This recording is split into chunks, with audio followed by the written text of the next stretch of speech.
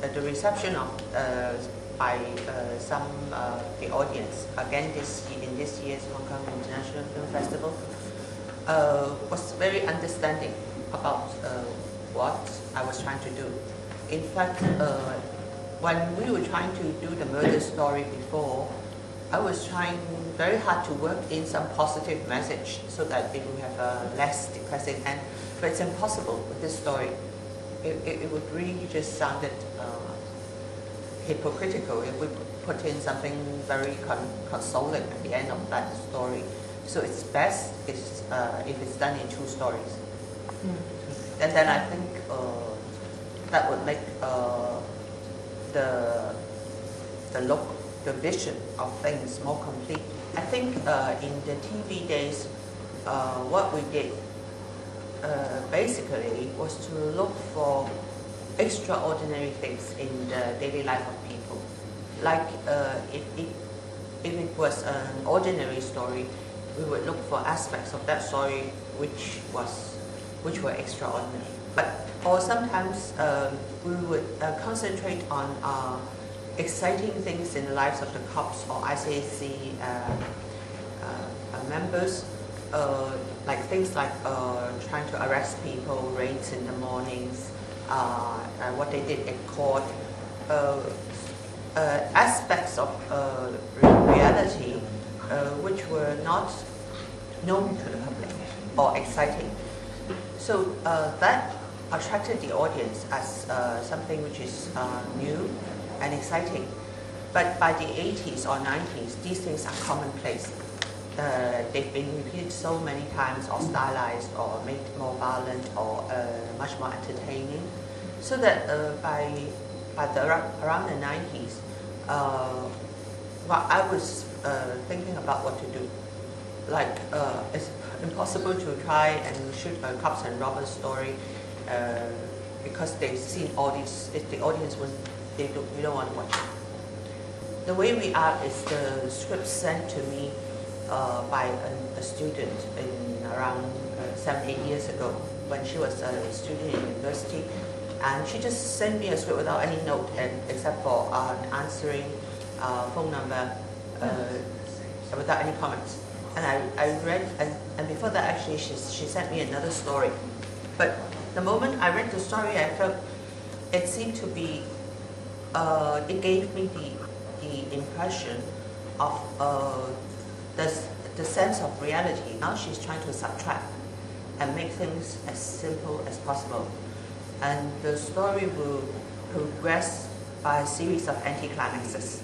Like we expected the boy to be a bad youth, but he turned out to be a good guy. And like we expected the grandmother would die in hospital, but it turned out to be a neighbor.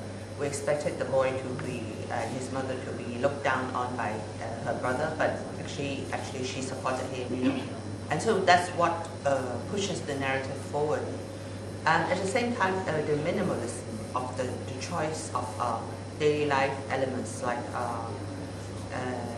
eating meals, the tissue paper, and the durian. All these are like motifs in poetry which are repeated to show the relationship between people, and it's just centered on these elements much rather than having different incidents show the development of the relationships. And I find it might work. But when I shot the movie, I didn't know whether it worked. I was just thinking it might. And it turned out that it worked very well. Anyway. But then I feel like the moment I finish shooting this movie, I have to go and shoot Night and Fall, the next installment. And it faces a completely different set of problems.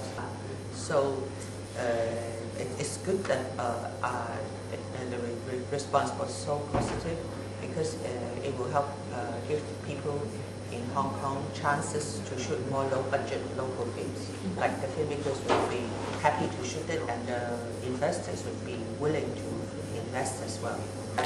I'm a filmmaker. All I need to do is to make films according to its integrity and independence, and not to be a vehicle of political or social propaganda, or willfully malign any parties, but to really honestly present your views as best as possible. So even now, like in Hong Kong or in China, the society is becoming very repressive, like less allowable, less agreeable to different voices.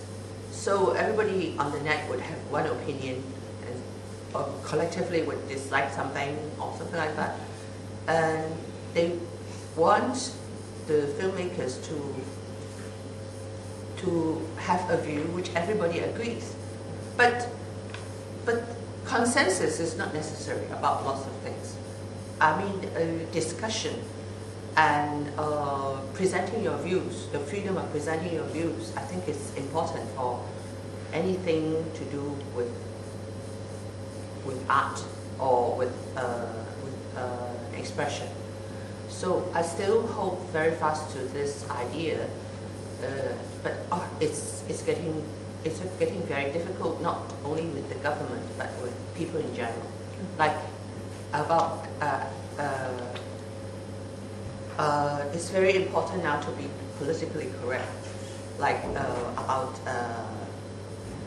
environmental issues, things like that. Everybody will have to say the same thing, otherwise you're out.